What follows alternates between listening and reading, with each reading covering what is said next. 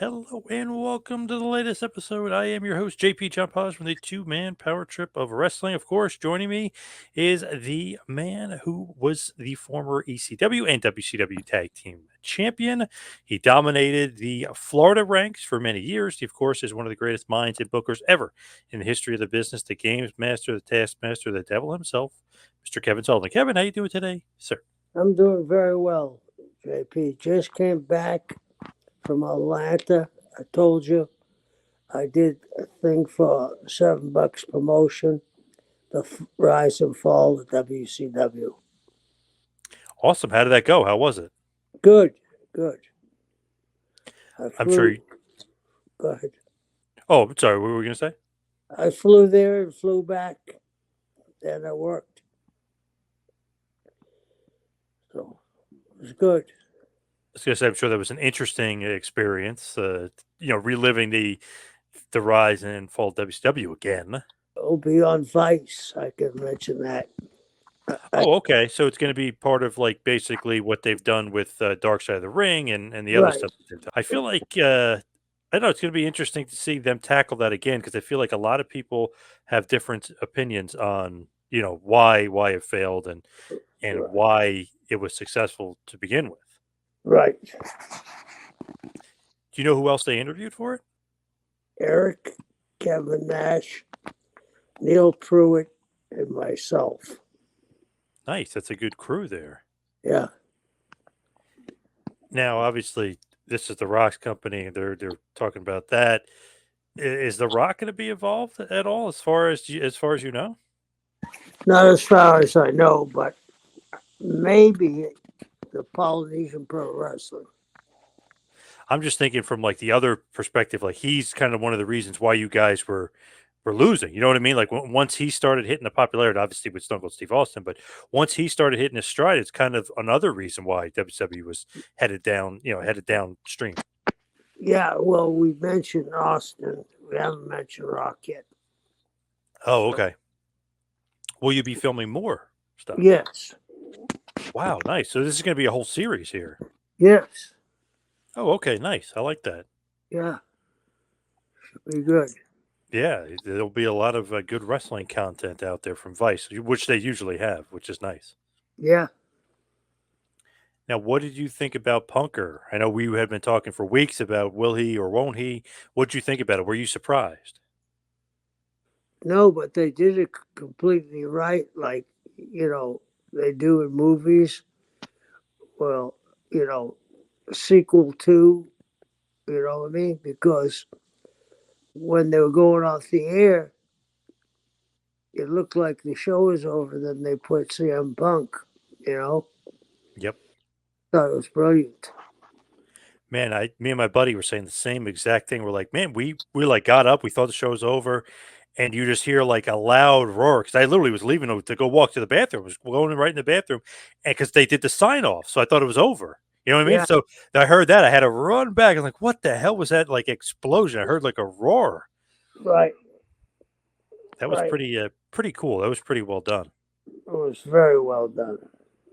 It actually kind of reminded me a little bit of Havoc '96 a little bit when Piper shows up because Shivani wraps up the show, it's over, and then it's like, wait, what the hell? There's bagpipes playing. What the hell? And then Piper comes out. It's like that's kind of where I got the vibe. I'm like, that's pretty cool. Like you think the show's over. It's like, holy shit, one of the biggest stars you could get shows up.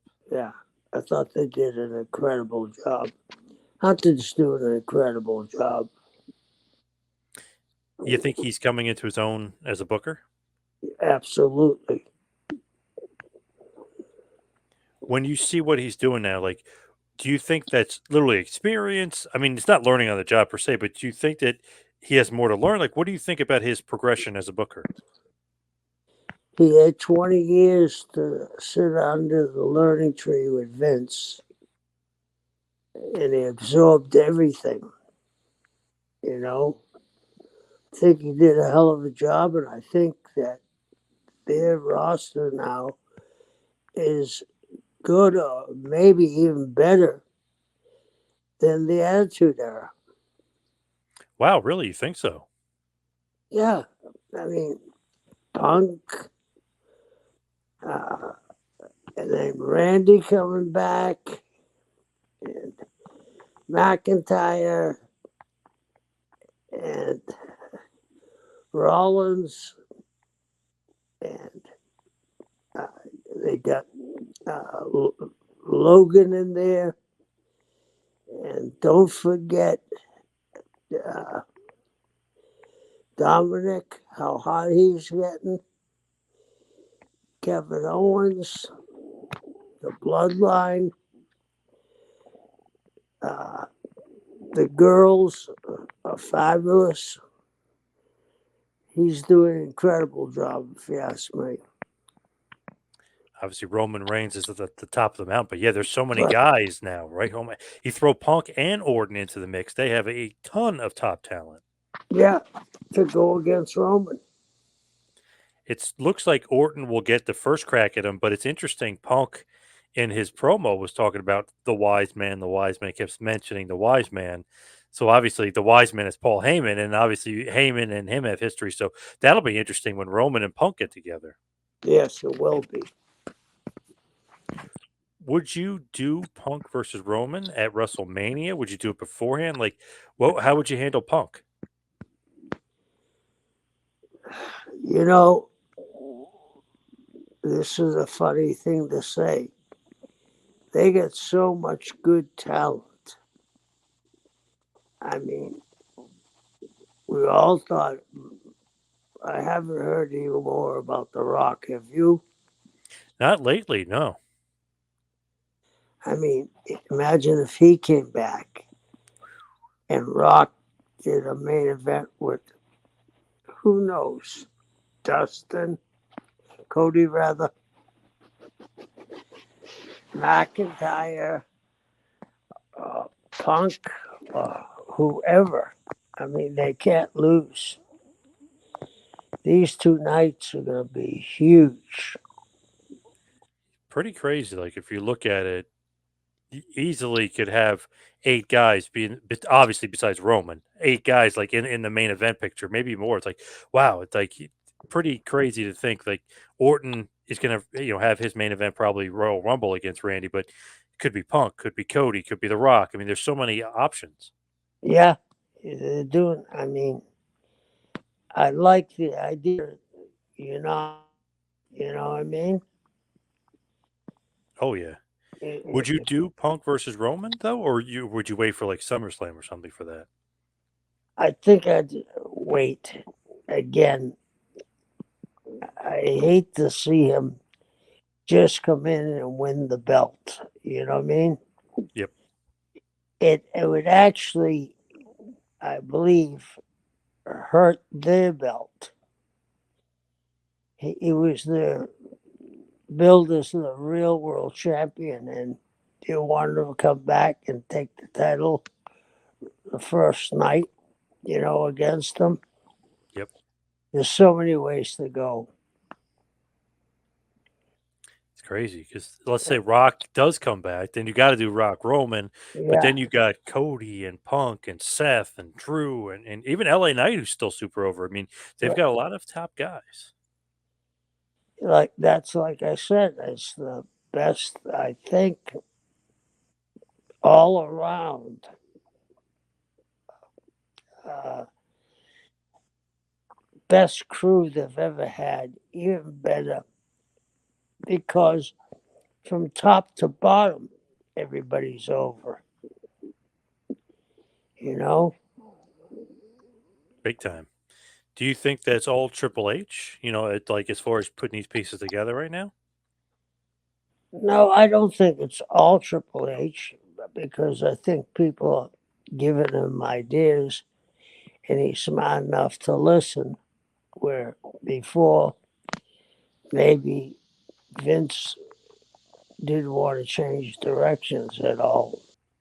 So as far as today and today's topic, we want to talk about Starrcade 1990, which was December 16th, St. Louis, Missouri, at the Kiel Auditorium. The attendance pretty good, 7,200. The tagline, the collision course, and the pay-per-view buys 165K, which is, it's actually kind of up for you guys. So Not bad right there. Not bad at all. 165K, but not great. Obviously, comparatively to the WWF and what they would be doing, but not Right? bad for you guys for a Starrcade. No, no. Just to talk about Pat O'Connor for a second, because the tournament that's on the show is based on Pat O'Connor. So August 16th, 1990, Pat O'Connor passed away. Obviously, former NWA World Heavyweight Champion for a very long time. He had a lot of training, a lot of booking, and ton of history in the Kansas City territory. So while at the Killatorium in Missouri, obviously a lot of history in Kansas City. So in honor of Pat O'Connor, Starrcade held the Pat O'Connor Memorial International Cup, which is a tag team tournament, single elimination between 8 teams, each representing a different country. The winner of the tournament was awarded a big trophy. You like that? A tournament at the Starrcade again? What are you gonna guys that you don't have in the main event? I think it would be spectacular. You could work a bunch of angles off of it. I was lucky enough. I worked Kansas City, which wasn't a great territory, but I was lucky that Pat took a liking to me by just me ribbing him. Like he'd watch the shows, in Kansas City, and I'd sneak up behind him and waist lock him, take him down. I'd say, "And you were a world champion?" And he'd say, "You son of a bitch," and he'd chase me. And then he'd bring me to St. Louis to be his partner sometimes. So it was very, very, that made you weak, go to St. Louis. Oh, paid well, huh? Yeah. Oh, yeah. When you look at Pat O'Connor and obviously naming the tournament after him, do you think a lot of the fans in 1990 were familiar with Pat O'Connor, or is that just something that you guys did to be respectful of the business? I think we did it a little bit half and half. You got to realize Pat's name was still out there, former NWA champion, had a territory, was working St. Louis almost every show. So, you know, what, 20 something years have passed since his passing. So a lot of people have forgotten Pat, but this is a great way to memorize Pat. He was a great, great worker. Besides working with him, I got to see him up close. And when I was a kid, I saw him wrestle. And Tom Burke, you know who Tom Burke is? Historian, right? Yeah, he's probably the biggest, okay? And this is how, how I always talk about Paul Bowser? Yeah. Oh, yeah. I saw a match when O'Connor was the NWA champion and he came in and lost to Killer Kowalski, who was the AWA champion. Tom Burke told me he had the clippings because he didn't believe that happened. Wow. Yeah. I love that. I love those weird title changes. Like even Pat O'Connor, okay, he beats Dick Hutton. He's a champion for 440 days. I mean, he's champion for a decent amount of time. But did he lose to Gene LaBelle? There's always these interesting little sidebars. Like when Buddy Rogers beats him, Buddy loses to Bruno, then he wins it back. Then he loses to Bo Brazil, then he wins it back. But none of them are recognized. It's so interesting when they do that stuff. Yeah. Yeah. Bobo, you know,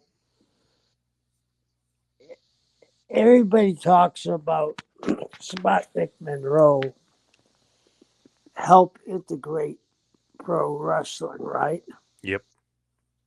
Well, he worked with Bobo quite a bit. Let Bobo beat him. I think it was in Newark, and Buddy went to leapfrog him, and he didn't get over, and Bobo was awarded the belt but wouldn't take it because of the way he won. And, the next show that Rogers wrestled in the Gardens was a tag match. It was him and Gorilla Monsoon. I know it was Bruno. I think it was Rocker, and Rogers beat Bruno in the tag match. Oh, interesting. Yeah. Okay. Yeah. They always did those weird like switches, but then they wasn't a switch. It was like almost just for, I guess, for that live crowd that day. Yeah. And then they change it back, or then the guy would win it back, or then it was some sort of crazy finish. They're hoping to have a rematch with Buddy and Bruno, but Buddy had heart problems and he couldn't make it. And then in Cleveland, that was not the WWF. Vince was starting a different company. I think it was called WWW. I'm not sure. And he lost that belt to Dory Dixon, another African American. So and he did something similar with Silver Thomas in St. Louis or Chicago. I can't remember which one, but Art Thomas had the bear hug on him, and they hit the ropes, and Buddy went over, and Rogers got one or a DQ when he was raising his hands to give up. So, like you said, a lot of different type finishes to get guys over, but the three guys Buddy put over were black guys. Right? Yeah, crazy. Especially at that point in time. Yeah. Buddy Rogers, gotta love him because he's a New Jersey guy as well. That's why I love him. Yeah. Now, the other thing I wanted to mention, the Pat O'Connor stuff, I like, and I like the tournament and everything else. But the other thing about Starrcade that I don't like, and you got to explain this, the Black Scorpion. So the main feud heading into this pay-per-view was basically Sting versus the Black Scorpion. Sting obviously beats Ric Flair at Great American Bash. He wins the NWA World Title. He has a feud for the next couple months with Psycho Sid Vicious. Well, really just Sid Vicious at this point, but then he's got a little feud with Ric Flair. But the whole thing is August of 1990. We start seeing this Black Scorpion character. He's teasing that he's a member of Sting's past. He's kind of saying things you almost think the way it's worded that it's like the Ultimate Warrior, just the stuff that he's saying, just like, oh, I'm from your past, I trained with you, we grew up in the business together, like all this weird stuff, is kind of intimating guys that are from Sting's past. It's just very intriguing to me. Where did the Black Scorpion come from? Whose idea is it, and was it Ole Anderson? It was Ole Anderson's idea, but the reason Flair got in there, it was supposed to be Al Perez. And Al Perez didn't want to do the job. In fact, Al got fired because in St. Petersburg, he wouldn't put Rick over. And he said that was because of that was his hometown. I mean, and someday, I believe that he would have been the world champion. Really? Well, he had been the world champion in Texas. He beat all the boys. But do you think that, I mean, no offense to Al Perez, but you think that he's a guy that can be telling Ric Flair he's not losing to him? You know what I mean? No, that's where he got fired that night. That's crazy, and he didn't want to. He didn't want to feud with Sting either. Like I mean, he is under the hood at one point as the Black Scorpion when they go through this feud, but he didn't want a job to Sting as out. In the end. I, I, I guess that's what started to happen. That I was not really involved in that at that time. Not many people knew it was going to be Rick. When you look at it, though, Al Perez. No offense. I mean, I like Al Perez as decent wrestler and everything else, but he had no name cachet, no star power at this point whatsoever. It's not like the next year when you guys bring in the Phantom and it's Rick Rude. You know what I mean? This is Al Perez of all people. Yeah, but you don't know what deals were being made. You know what I mean? In Texas, the boys, all three that were still alive, lost, or two, Kevin and Kerry, lost in Dallas against Perez and defeated the boys on a few occasions of rematches. So there might have been a deal made because Fritz, his TV at the time was the best. I don't know. Well, but on a national scale, do you think that people even knew who Al Perez was? No, but Vince had at one time uh, the Texas tape was going all over, and they went to Boston in a rainy fall night, similar to this, and they went to a stadium that was used once a year for a football game between South Boston and East Boston. A dilapidated stadium that drew $88,000. There was rumors at one time that they were going to hook up. I don't know. For some reason, I just can't see that being like anything as far as like, hey, it's Al Perez. Like people aren't really familiar because Sting does beat him, aka him as the Black Scorpion, at a show. So Sting beats him, but it's more of a house show type thing.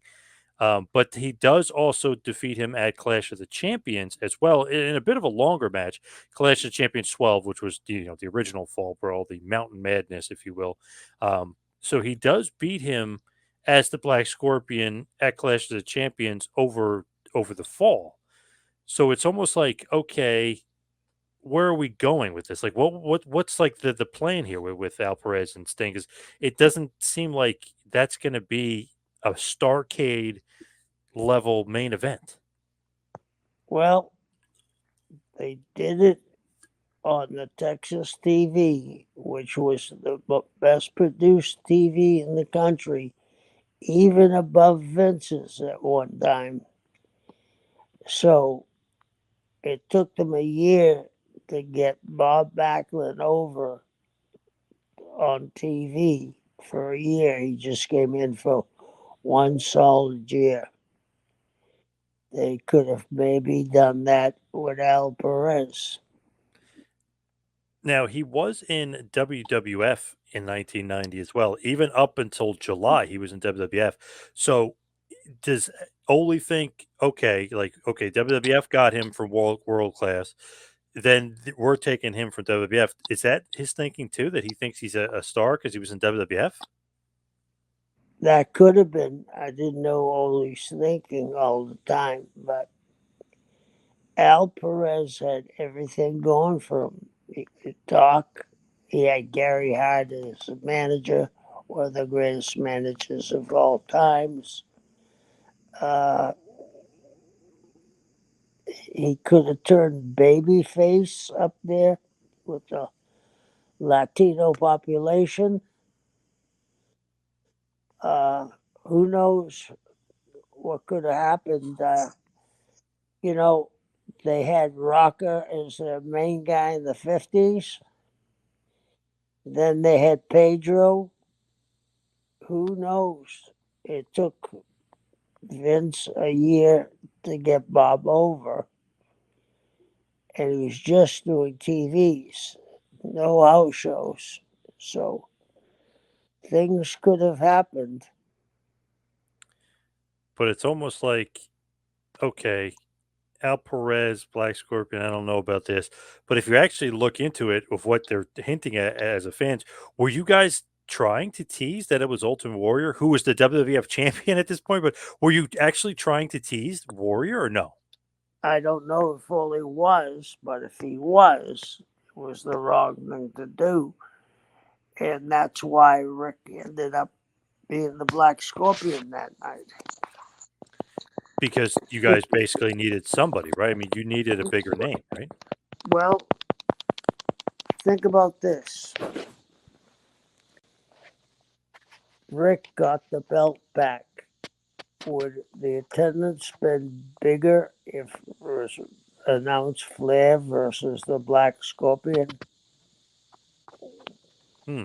Maybe, yeah. Would the house show rather pay-per-views be bigger? Well, if they announced Sting versus Flair, I would think, yeah. Yeah. Yeah. But do you like Sting versus Black Scorpion just as a main event, let's say on the poster or on the paper, promoting the pay-per-view? Do you like that? Hey, it's Sting versus a mystery guy. No. No, I didn't. So But where were you? Where were you at this point? I was not working. I was not wrestling, but I was working with Ole. But I didn't even know that Rick was going to win the belt back as the Black Scorpion. Well, we'll get into it, but he loses this one. Then about a month later in New Jersey at a house show, he actually does get the belt back, but cementing the full heel turn and getting the belt back. But it's just so weird that the Black Scorpion. It felt very, I don't know, corny. I guess I could say would be the nicest way to put it. Like this gimmick. Did like Ole really think this was like a cool gimmick? He did all the talking for Al, Yeah, right. so he must have placed his money on Al. Or maybe I've heard him say that, he wasn't a big Flair fan. Have you heard that? Ole wasn't. Yeah. You know what's weird about that? He kind of was bringing up like the 70s, almost like he was thinking that Flair was like who he met in the 70s. You know what I mean? Like, Yeah. hey, we were the most over guys in this territory. You're lower in the like he didn't realize Flair surpassed him. Yep. Yep. So, And surpassed him by a mile. yeah. And Al coming in as short a period as he did and really never got over the way you get a guy over. If they had Al get guys over, or guys get Al over like Goldberg, it might have been a different thing. Did you see some of the magic tricks and the voice stuff and he's Yeah. gonna steal a woman from the crowd and he's gonna hide and then poof, she's gone and he disappears and they laugh and Sting has to, act that he's upset. Did you see all this stuff? Like what was your reaction to it? Yeah, I thought it was bogus. Pretty corny. Even as a kid, I'm like, this is kind of like hokey corny for freaking WCW. What are they doing? Yeah.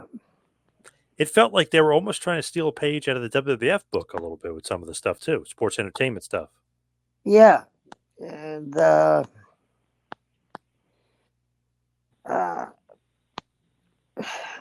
later on, the Black Midnight Rider beat Ric Flair, and I came up with the idea that I went to Goggle and said, "Yeah, you can have a champion that has a mask on, but he has to tell the president who he is and show who he is. So that continued the Flair Dusty Yep. rivalry. Oh yeah. It's just one of those things where you look at the Black Scorpion. It's like, okay, it's Al Perez is like a fart in church. I mean, that stinks. It's like, are they teasing Ultimate Warrior because Warrior's in WWF and he's the champion, so it's not Warrior, but you keep saying it's somebody from Sting's past, and then it's like he keeps it going for 3 more months after Al Perez is fired, and like he doesn't really have an end game. You know what I mean? Like it's just not It sound was, booking. it was not sound booking at all. I think that they thought that Al would put Rick over, and then ultimately maybe drop it to Sting, and then Sting and Flair. But he didn't want to put him over in his hometown. Man, Al Perez. Yeah, and big I don't mistake. think Ole understood that. So in Ole's mind, Al Perez was going to be like a future main eventer for WCW for years to come. In Ole's mind. Yeah, and I also think that he was doing this maybe as a transitional champion. You know what I mean? Yep. I don't know, to me, it's memorable, but not in a good way as far as the Black Scorpion. And that voice. What the hell was Ole doing with that voice? Trying out for Darth Vader. Oh man, seems like it. Yeah. But as far as the pay per view is concerned, let's get to some results. A lot of matches because of the tournament. Quickly though, do you like Starrcade doing gimmicky stuff? Because you did a tournament, round robin tournament the year before. Then this year we're doing a tag team tournament. The year after there's a battle bowl. The year after that there's a battle bowl. Do you like this and not a traditional Starrcade? They were also doing this for the house.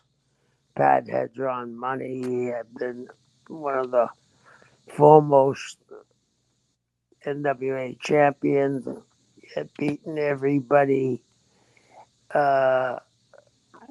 People were in that part of the country. And before that, Pat was one of the early stars on TV in the 50s. And like I said before, world champion. Went all over North America defending the belt. Intricate part of New York when New York was in the NWA company. The Madison Square Garden, and it was over because they used ethnic guys there. Yep. And Pat was Irish, and there were a lot of Irish came to see him. So I could see how Ole's plan was that, meaning Ole having a tournament named after Pat, and they were trying to boost the town because Pat was still wrestling in his 50s and going over in St. Louis. And very rarely did he wrestle in Kansas City.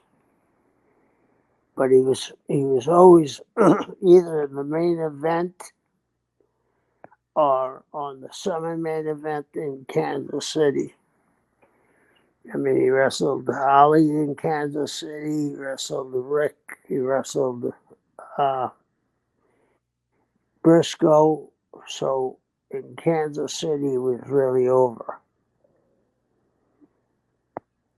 So first up, we have beautiful Bobby Eaton defeating the Z-Man in about 8 minutes and 45 seconds.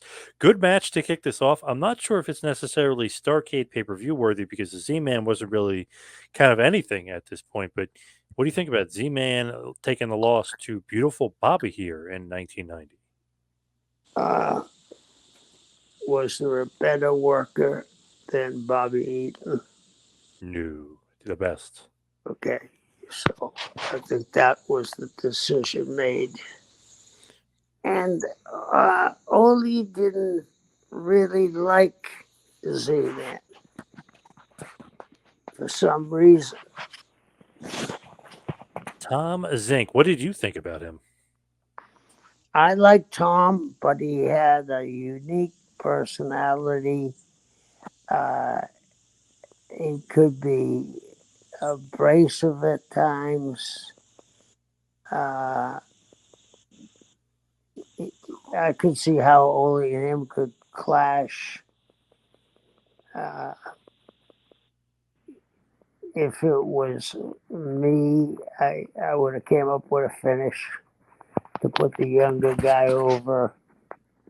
But Bobby, Bobby being Bobby and the great work he was, I think they came to a unanimous decision to put Bobby over.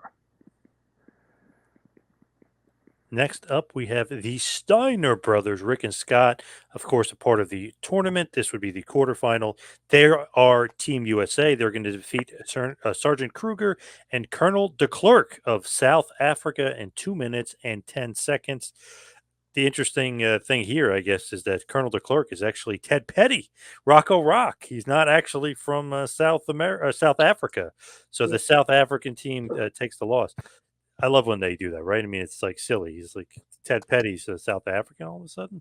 Yeah, well, the other guy, right? Uh, he's from South Africa, but he had been in Portland for years, and he had been a mainstay in Portland. He had been in the magazines, which back, people forget, the magazines were very important back then. Uh, they got a lot of publicity. So,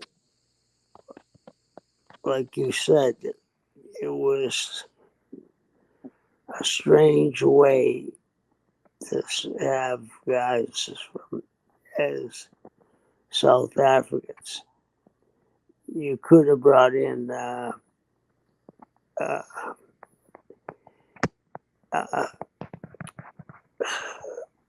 I hate to bring them in this way, but do you know at one time Vader was world champion in 4 different countries? He was in Mexico, in Germany, in England, and then eventually in the United States. Yep. Oh yeah. So he could have came from South Africa. He could have shown his wares, and they could have brought in somebody that maybe people didn't know that much about, and announced them coming out with the world championship belt on them,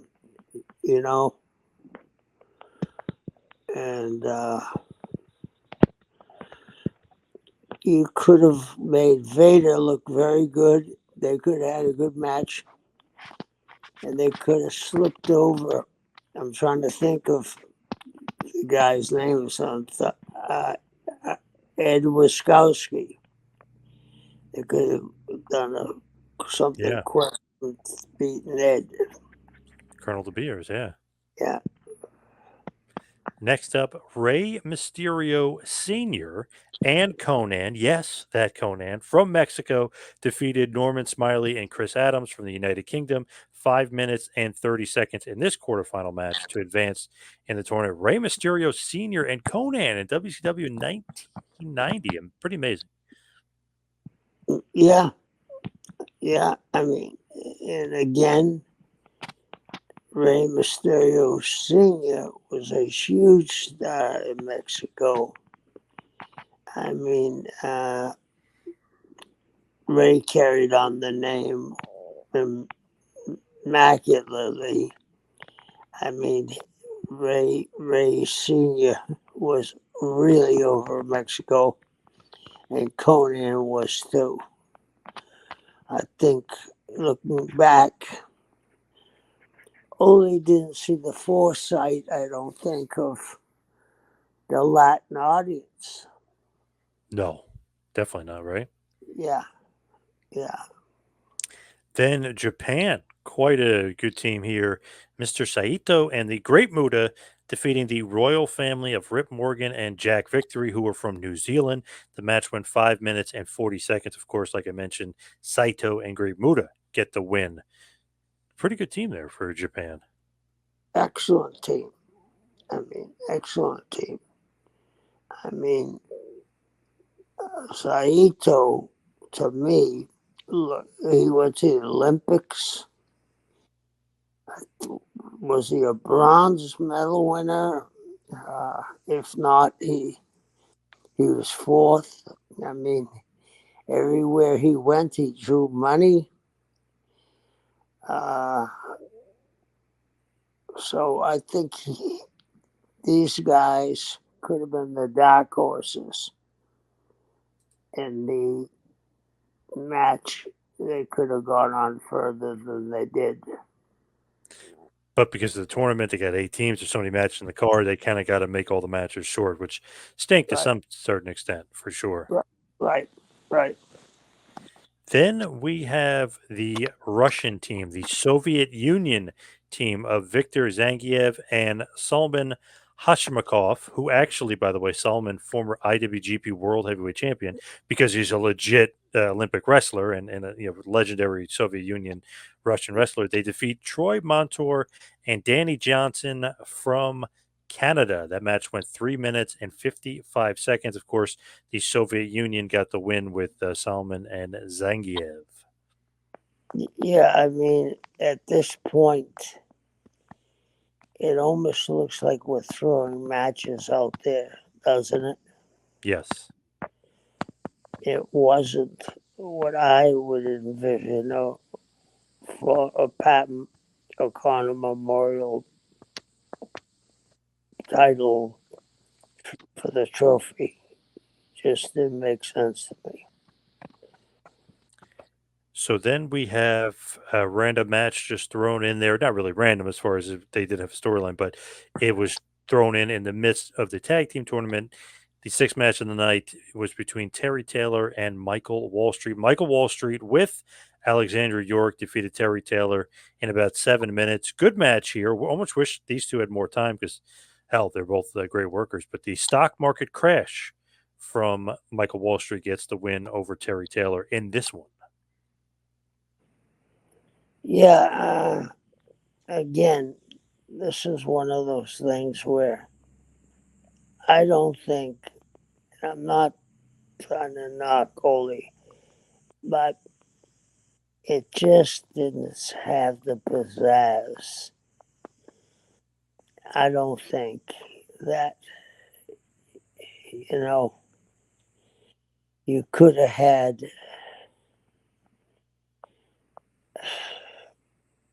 Could you imagine if they brought in Anoki Oh, yeah. and Muda, the young rising star? I mean, maybe Muda didn't want to do the job. Maybe that uh, him not winning the title, the title or going further to the finals,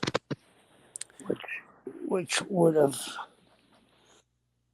really cemented our deal. We were trying to make the deal, and later on, we made the deal with Eric. You know, it would have made the deal a lot smoother if Muda had gone to the finals, I think. So the next match up is the Skyscrapers, Sid Vicious and Danny Spivey. defeating the Big Cat, which is, of course, eventually going to be Mr. Hughes later on down the road, and the Motor City Madman. The match only went about 1 minute or so, just kind of a short little squash match for the skyscrapers of Sid and Spivey, I guess, just to look strong and get those big boys over and looking good. Don't necessarily know if you need that in a pay-per-view though, where you're trying to get more time. Like I don't know if you necessarily need to throw in some of these matches that he threw in here. Uh, uh, you know, again, I'm not trying to knock Ole, but I don't think he saw the foresight of. He thought there was wrestling just in America. He beat the Latino team, then he beats the Mexican team. To me, it just didn't make sense. Then next up, not a tournament match either. We have Tommy Rich and Ricky Morton with Robert Gibson, who was injured at this point, defeated the Fabulous Freebirds of Michael Hayes and Jimmy Jam Garvin with little Richard Marley, who of course was Rocky King. The match went about 6 minutes and 15 seconds. Not really a great match or anything to write home about here. Just kind of just another match on the card, if you will. Nothing really stands out from it. Right. Like I said, wouldn't you rather have seen Vader beat somebody up Oh, hell and yeah, then definitely. and then Colonel the Bears lose on a slip? The Mexican team going over. Uh, just to me, it was almost like let's get this out of the way until the main event, which didn't seem to sit well with a lot of people. I mean, if you paid to see an international soccer, and I'm not a big soccer fan, but if you see what they do in the soccer stadiums when they have the World Cup, I mean, it just, to me, just didn't make sense. And again, I'm not knocking Ole's booking. I'm knocking his knowledge of sports all over the world. Then we have the tournament semifinal match. The first one, the Steiner brothers defeated Rey Mysterio and Conan in 3 minutes.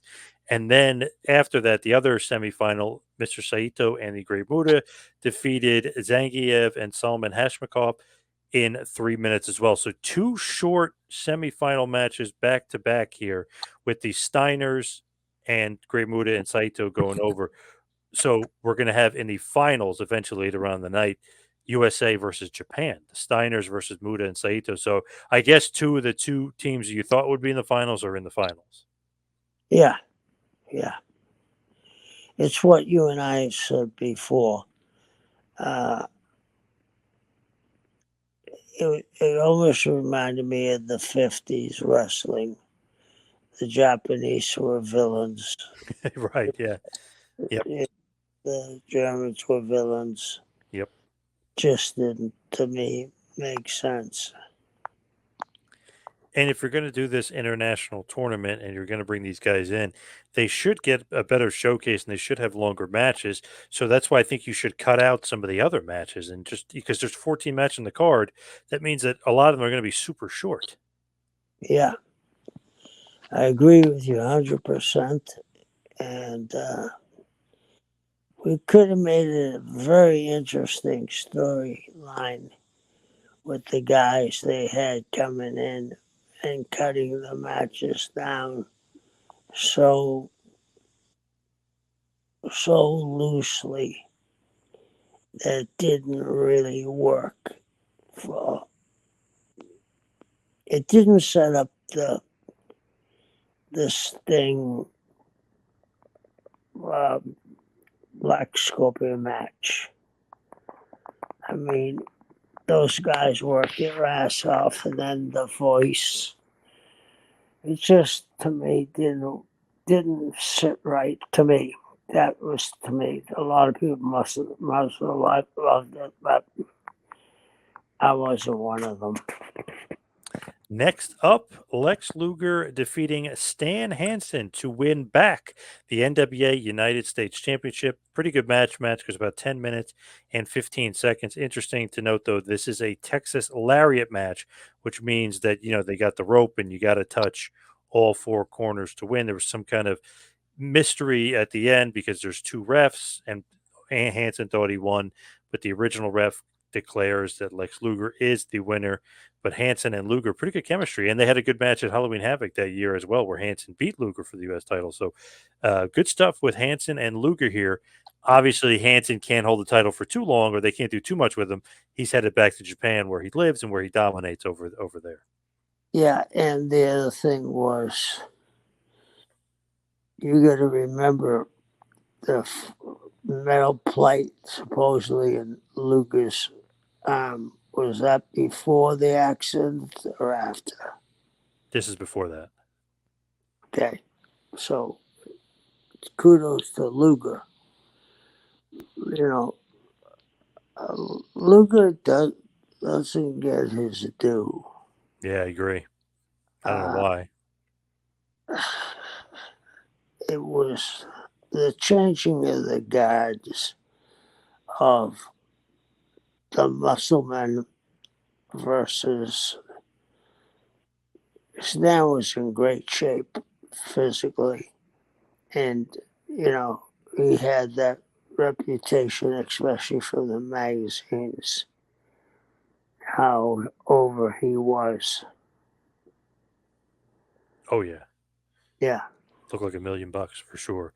The next matchup, Doom, Ron Simmons and Butch Reed with Teddy Long defending their NWA World Tag Team titles against Four Horsemen Barry Windham and Arn Anderson. This match ended in a double pinfall, so it's a draw, and this street fight went about 7 minutes and 20 seconds. Pretty damn good match, but a non-finish, so the feud will continue, if you will, with these guys. Yeah. Again, this is a tournament match. No, not a tournament match. This is for the NWA tag title. So Oh, it's outside of the tournament. That's right. Sorry about that. Why couldn't Stan have kept the belt a little bit longer to show the Japanese we really wanted to work with them badly? Right, yeah. You know, Do you like, as far as Doom is concerned, with Arn and Barrett, do you like Doom not getting a clean win over them? Or do you think that the draw is okay because you want to continue the feud and kind of keep drawing it out? well, there's two ways to think about it.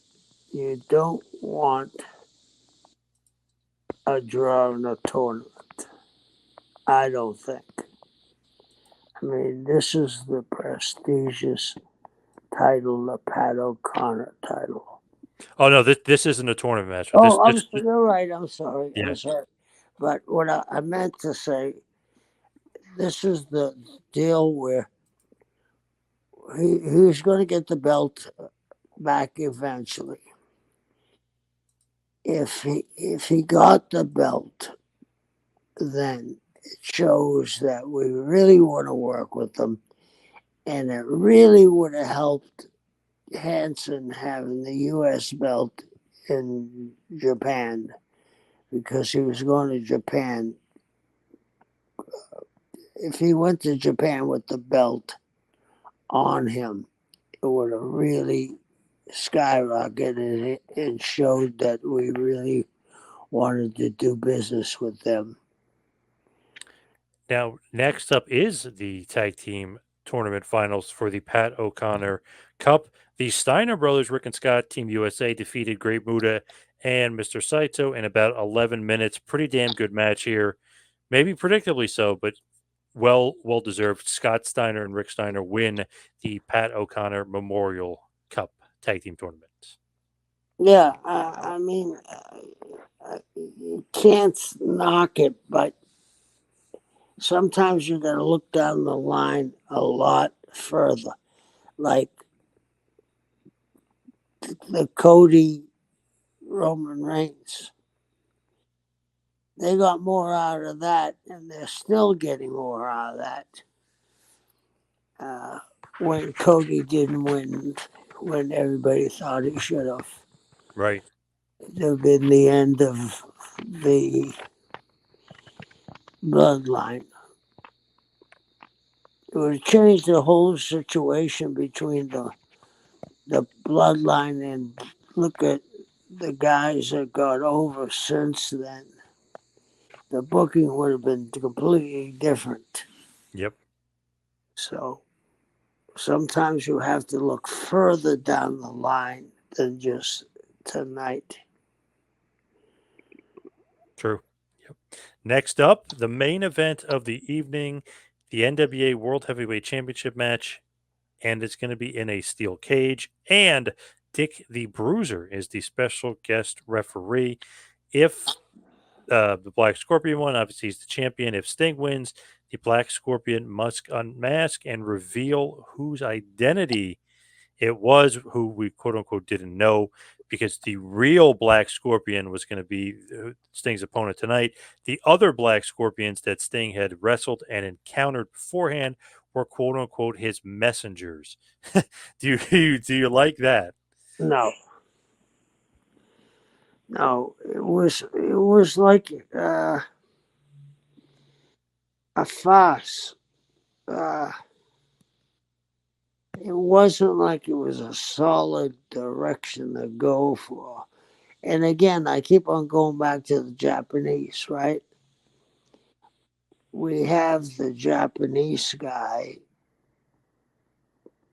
in Flair. What? Why? Why? That's my question. It's just why. And the thing is, too, the Black Scorpion, when he comes out in like this kind of spaceship thing. So it's really, really cheesy. It's like, what the hell? Yeah. And it ends up being Flair. So it's like, wait a second. Why would Flair ever agree to this? Yeah. I mean, you see him now with the platinum chains and the outlandish suits he wears now. That wasn't Ric Flair. You know what I mean? Yeah. Who Just knows what kind of heat there was with Rick and I mean, only at the time. so when we see Black Scorpion and it's friggin' Flair in this weird black outfit with the mask, I mean, it's so obvious it's Flair. It's ridiculous, but it's just crazy that they kind of forced Flair into this role. We knew something was up when Wyndham replaced Flair in the match against Doom earlier because Flair was supposed to be in there. So Sting ends up retaining the title. The match goes 18 minutes and 30 seconds. Sting wins with the crossbody off the cage onto Flair or onto Black Scorpion. He wins. After the match, Arn Anderson and Barry Windham attack, and then we have Flair revealing himself as the Black Scorpion, which is why Arn and Windham attack. Just I don't know, just came off a pretty lame. I mean, it obviously would continue the Ric Flair Sting feud, and we were talking about how Flair ends up winning the title January 11th, 1991, only about a month later. So it would continue the Flair Sting feud. But what do you think about this? Flair reveals himself as the Black Scorpion. Blame or what? Uh, could you imagine what kind of deal we ended up getting $1 million a year from the Japanese? Could you imagine what kind of deal we would have made if Hanson kept the U.S. belt, went back to Japan with it, and we had some other opponent in there against Rick? You know what I mean? If we had a Japanese, a Muda, the rising guy, to show that to show our bond with the Japanese, that we could have done more with them. Oh yeah, for sure. And Yeah, the thing is, here with Sting and Flair, they would continue their feud to get a great War Games match in 1991 as well, with Sting's team of Sting, the Steiner brothers, and Brian Pillman against the Four Horsemen, Flair, Arn, Wyndham, and Sid. It's a pretty good stuff as far as like what you're going to get down the pike, and even Sting and Nikita Koloff, their little mini feud. But then Flair obviously has his issues with Jim Herd, and he leaves the WWF. But rewinding back here, what do you think of this pay per view? Thumbs up, thumbs down, thumbs in the middle.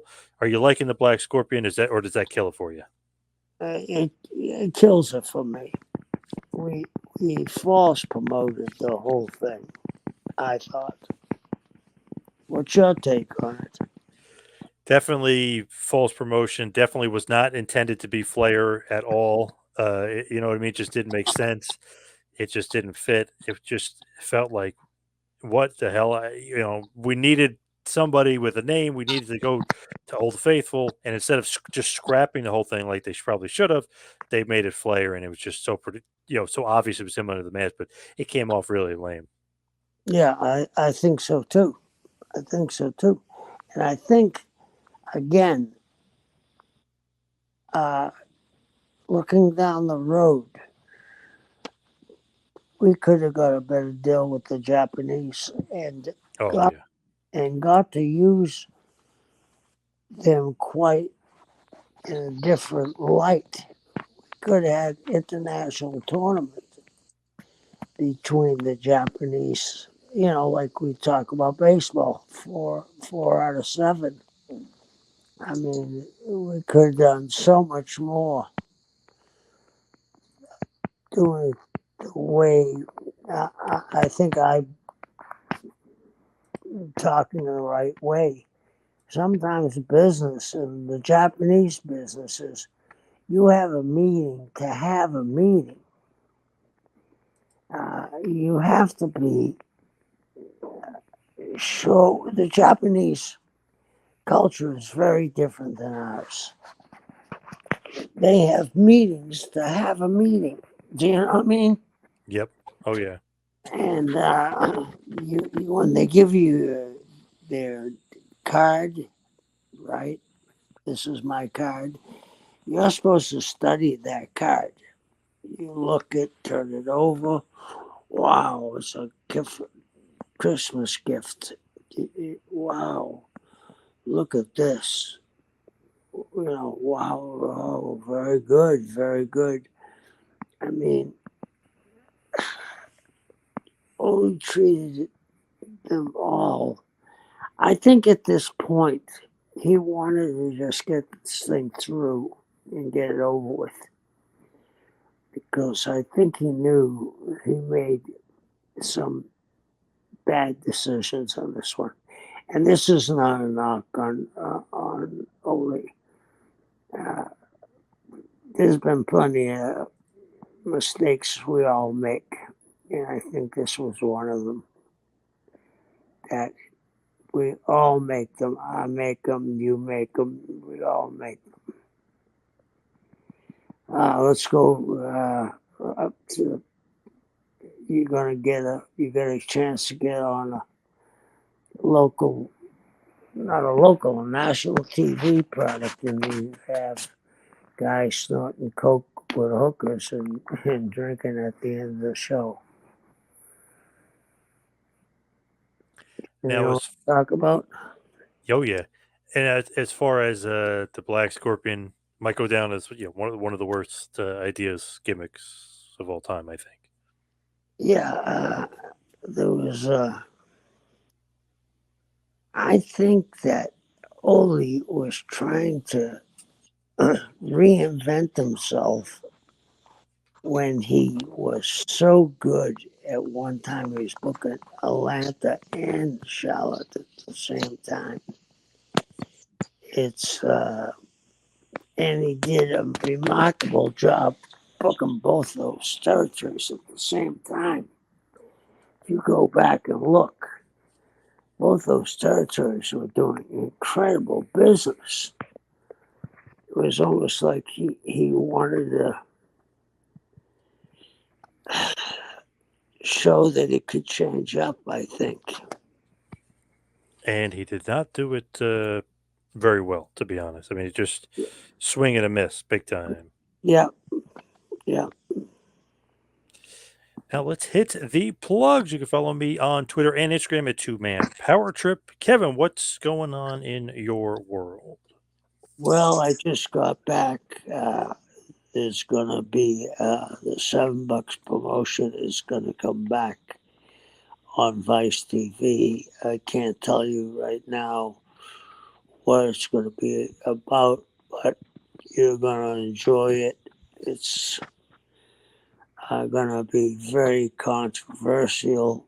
It's something that's gonna re-excite the people about the past and about their memory. And I think it will be very good. And again, that book I talked to you about, the L.A. Taylor book, it's so close to how the Japanese became so powerful,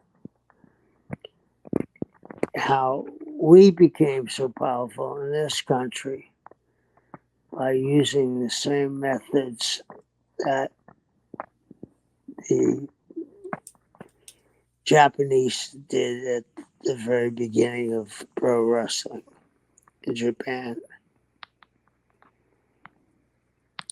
And thank you, Kevin. Thank you, everybody out there, for listening. We'll see you right back here next time.